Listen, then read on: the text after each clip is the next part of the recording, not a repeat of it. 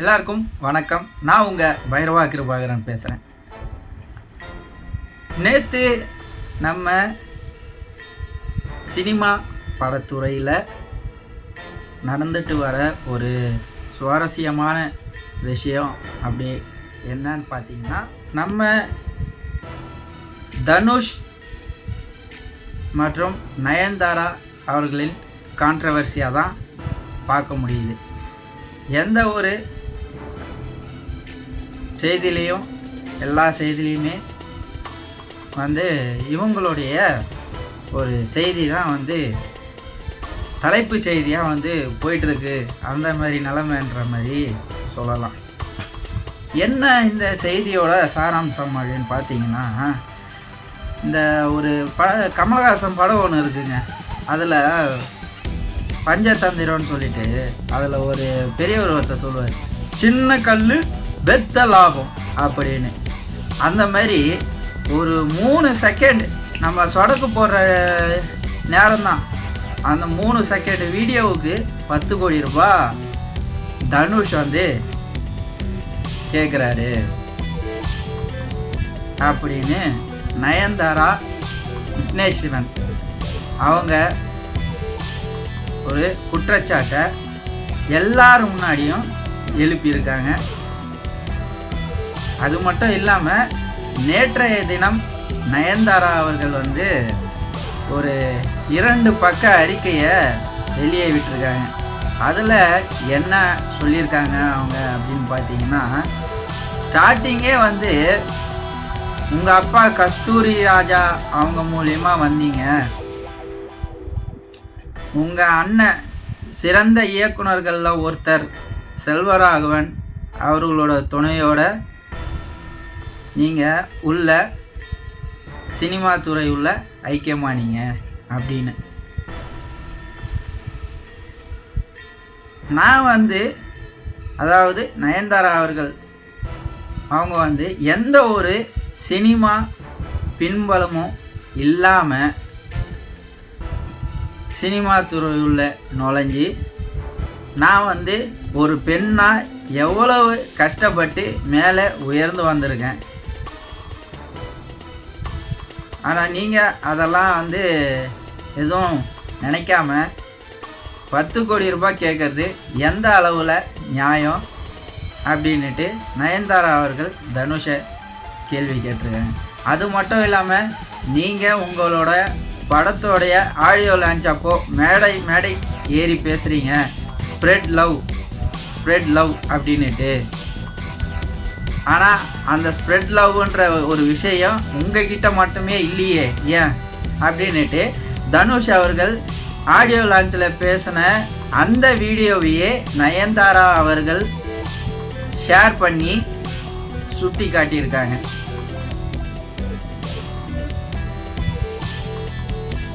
இதுக்கெல்லாம் முக்கிய காரணம் அப்படின்ட்டு எதுவாக பார்க்கப்படுது அப்படின்னா, சமூக வலைதளங்களில் தனுஷோடைய பக்கத்தில் இருந்து ஒரு கேள்வி நயன்தாராவுக்கு எழுப்பப்பட்டிருக்கின்ற மாதிரி சமூக வலைதளங்களில் உலா வந்துக்கிட்டு இருக்கக்கூடிய ஒரு கேள்வியை நம்ம இப்போ பார்க்கலாம். அது என்ன அப்படின்னா, தனுஷ் அவர்கள் விக்னேஷ் சிவன் அவர்கள் நானும் ரவுடி தான் அப்படின்ற ஒரு படத்தை இயக்குனார். அந்த படத்தை இயக்குற முன்னாடி வரைக்கும் நயன்தாரா அவர்களை பற்றி விக்னேஷ் சிவனுக்கு அவ்வளவாக தெரியாது, விக்னேஷ் சிவனுக்கும் நயன்தாரா அவர்களை பற்றி அவ்வளவாக தெரியாது. அந்த படத்தில் முக்கியமான கதாபாத்திரங்களை ஏற்று நடிச்சிருக்கக்கூடிய 2 கதாபாத்திரங்கள், ஒன்று விஜய் சேதுபதி சார், ஐயா விஜய் சேதுபதி அவர்கள், இன்னொன்று நம்ம நயன்தாரா அவர்கள். தங்கமே உன்னைத்தான் தேடி வந்தேன் நானே அப்படின்ற ஒரு பாடல் அந்த படத்தில் மொத்த ஹைலைட்டாக பார்க்கப்பட்டதுங்க. அந்த மாதிரி ஒரு பாடல் அதெல்லாம் அமைஞ்சது. அந்த படத்தோட படப்பிடிப்பு நடந்துட்டு இருந்த சமயங்களில் தான் நம்ம விக்னேஷ் சிவன் நயன்தாரா அவர்களுக்குள்ள ஒரு புரிதல் ஏற்பட்டு அந்த புரிதல் நாளடைவில் காதலாக மாறி அதன் பின் அவங்க திருமணமும் செஞ்சுக்கிட்டாங்க. சரி, இதெல்லாம் ஏன் சொல்கிற அப்படின்னு கேட்கலாம் நீங்கள். இருக்கு, அந்த நானும் ரவுடி தான் அப்படின்ற படத்தை விக்னேஷ் சிவன் அவர்கள் இயக்கிட்டு வந்தார். அந்த நேரங்களில் அந்த படத்தோட படப்பிடிப்பை விக்னேஷ் சிவன் அவர்கள் ரொம்ப நாள் இழுத்தடிச்சுட்டு போன மாதிரியான செய்திகள் வந்துட்டு இருந்தது. அப்போது தனுஷ் ஒரு கட்டத்துக்கு மேலே இந்த படத்துக்கு நான் இனிமேல் ஒரு பைசா கூட செலவு பண்ண முடியாது அப்படின்ட்டு ரொம்பவுமே கராராக சொன்ன மாதிரி ஒரு செய்தி. அதற்கு அப்புறம் என்ன ஆகுது அப்படின்னு பார்த்தீங்கன்னா, நயன்தாரா அவர்களே அந்த படத்துக்கு மீதி இருக்கிற எவ்வளோ படம் இருக்கோ அதுக்கு எவ்வளோ செலவாகுமோ அதை நானே பண்ணுறேன் அப்படின்ற மாதிரி அதுவும் ஒரு செய்தி. அதுக்கப்புறம் அவங்களே காசு செலவு பண்ணி அந்த மீதி இருக்கிற படத்தை எடுத்து முடித்ததாகவும் சொல்லப்படுது. அந்த சமயங்களில் நடிகர் தனுஷ் அவர்களுக்கு 10 கோடி ரூபாய் கிட்ட இழப்பு ஏற்பட்டிருக்கு. எந்த ஒரு ப்ரொடியூசராக இருந்தாலுமே சரி, படத்துக்கு அந்த படத்தில் நம்மளுக்கு என்ன லாபம் வரும்னு தான் பார்ப்பாங்க. ஏன்னா ஒரு ரூபா போட்டோன்னா 2 ரூபாய் எடுக்கணுன்ற மாதிரி தானே எல்லாருமே நினைப்பாங்க. அதே மாதிரி தான் தனுஷும் நினச்சிருக்காரு.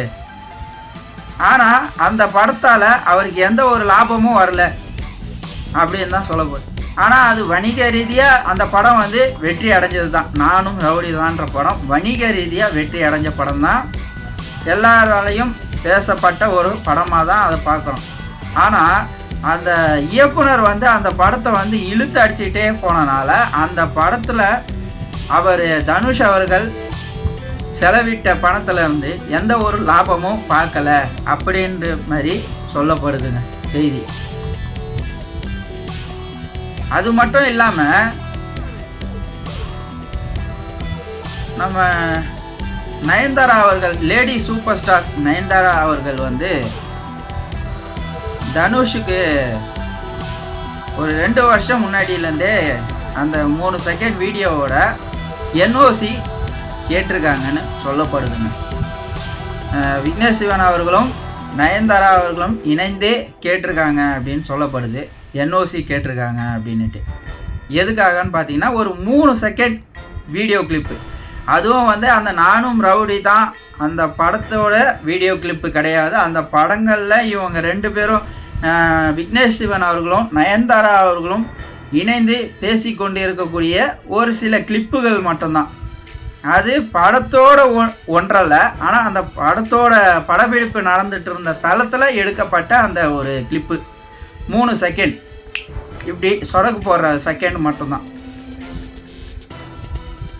அந்த 3 செகண்ட் கிளிப்புக்கு 10 கோடி ரூபாய் கேட்குறீங்க, அது நியாயமா அப்படின்னுட்டு நயன்தாராவும் விக்னேஷ் சிவன் அவர்கள் தரப்பில் இருந்தும் வைக்கப்படுற ஒரு குற்றச்சாட்டு. அது என்ன அப்படின்னு பார்த்தீங்கன்னா, அந்த படத்தில் அவருக்கு ஒரு இதுவே வரல, எனக்கு ஒரு ப்ராஃபிட்டே வரலன்றப்போ அந்த படத்தோட இதை போட்டிங்கன்னா எப்படி? நீங்கள் மட்டும் அந்த படத்தை நெட்ஃப்ளிக்ஸ் அப்படின்ற ஒரு OTT சேனலுக்கு தான் அந்த படத்தை அந்த நயன்தாரா அப்படின்ற ஒரு வாழ்க்கை வரலாறோட கோப்புகளை விற்றுருக்காங்க 25 கோடி ரூபாய்க்கு. நீங்கள் மட்டும் என்ன சும்மாவா கொடுத்தீங்க? 25 கோடி ரூபாய்க்கு தானே கொடுத்துருக்கீங்க. அதில் என்னோட படப்பிடிப்பு நடந்துட்டு இருக்கும்போது எடுத்த கிளிப்ஸு தானே. அப்போ அதுக்கு எனக்கும் நீங்கள் ராயல்ட்டி கொடுக்கணும் இல்லையா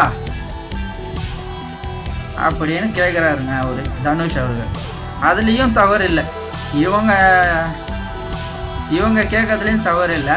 ஆனால் இவங்க விக்னேஷ் சிவனும் நயன்தாரா அவர்கள் தரப்பில் இருந்து என்ன பண்ணியிருக்காங்கன்னா, தனுஷ் அவர்கள்கிட்ட NOC கேட்கறதுக்காக பிளான் பண்ணியிருக்காங்க. அவர் முகம் கொடுத்து பேசலை அப்படின்றனால தனுஷ் அவர்களுடைய நண்பரிடம் அந்த NOC கொடுத்துருங்க, NOC கொடுத்த மாதிரி ஒரு கொடுத்துருங்க அப்படின்னு சொல்லி தனிமையில் கேட்டிருக்காங்க அப்படின்னு சொல்லப்படுது. அவர் தனுஷோட நண்பர் என்ன பண்ணியிருக்காரு, உடனே தனுஷ் அவர்கள்கிட்ட வந்து இவங்க சொன்னதை எல்லாத்தையும் அவர் சொல்லிகிட்ருக்காரு. அப்போது அவர் என்ன சொல்கிறாருன்னா, இனிமேல் வந்து என்ஓசி கொடுக்கவே கூடாது, அந்த 3 செகண்ட் வீடியோவுக்கான பணத்தை கொடுத்ததுக்கப்புறம் தான் கொடுக்கணும் அப்படின்ட்டு சொல்லிட்டுருக்காரு. இதை வந்து அவர் வந்து ஒரு கௌரவ குறைச்சலாக பார்க்கலாம், இல்லை நம்மக்கிட்ட சொல்லாமல் யாருக்கிட்டேயோ சொல்கிறாங்களே அப்படின்னு கூட நினச்சிருக்கோம். இது வந்து விக்னேஷ் சிவன் அவர்களும் நயன்தாரா அவர்களும் நேரடியாகவே போயிட்டு தனுஷ்கிட்ட கேட்டிருக்கலாமோன்னு என்னுடைய ஒரு பேச்சாக தாங்க நான் என்னோடய இதில் இருந்து தான் சொல்ல முடியும். என்னோடய பாயிண்ட் ஆஃப் வியூவில் வந்து அதான் ஒரு வார்த்தை. அவங்க என்ஓசி வாங்காத முன்னாடியே எதுக்கு அந்த நெட்ஃப்ளிக்ஸ்ன்ற ஒரு ஓடிடி தளத்துக்கு அவங்க அந்த வீடியோவை விற்பனை செஞ்சாங்கன்றதும் தெரியல. இதுக்காக 2 வருஷம் அலைஞ்சோம், தனுஷ்கிட்ட கேட்டோம், தனுஷ் வந்து எதுவுமே ரெஸ்பான்ஸ் பண்ணலை. அதனால தான் நான் வந்து இப்போது இந்த அறிக்கையை வெளியே விடுறேன்னுட்டு நயன்தாரா அவர்கள் சொல்லியிருக்காங்க.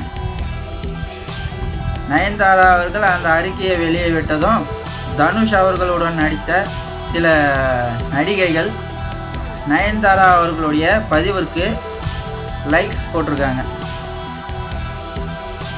அப்படின்னு பார்த்தீங்கன்னா இப்போ அந்த நடிகைகளும் நயன்தாரா அவர்களுக்கு சப்போர்ட் பண்ணுறாங்க அப்படின்னு தான் சொல்லணும்னு தோணுது.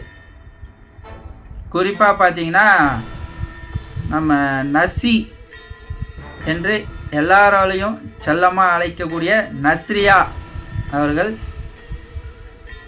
ஃபகத் ஃபாசில் அவர்களுடைய மனைவியாக மாறிவிட்டார். அவர் இதில் என்ன ஒன்றுன்னா, நம்ம ஜனங்களுக்கு பெரியவங்கெல்லாம் வந்து ஒரு சில நேரத்தில் சொல்லியிருப்பாங்க. அந்த காலத்தில் ஒரு பழமொழி இருக்குது, ஊர் 2 பட்டா கூத்தாடிக்கு கொண்டாட்டம் அப்படின்னு. ஆனால் இப்போ என்னன்னு பார்த்தீங்கன்னா, கூத்தாடி 2 பட்டா ஊருக்கு கொண்டாட்டன்ற மாதிரி இப்போ இருக்கிற நிலமை ஆகிட்டு போகுதுங்க.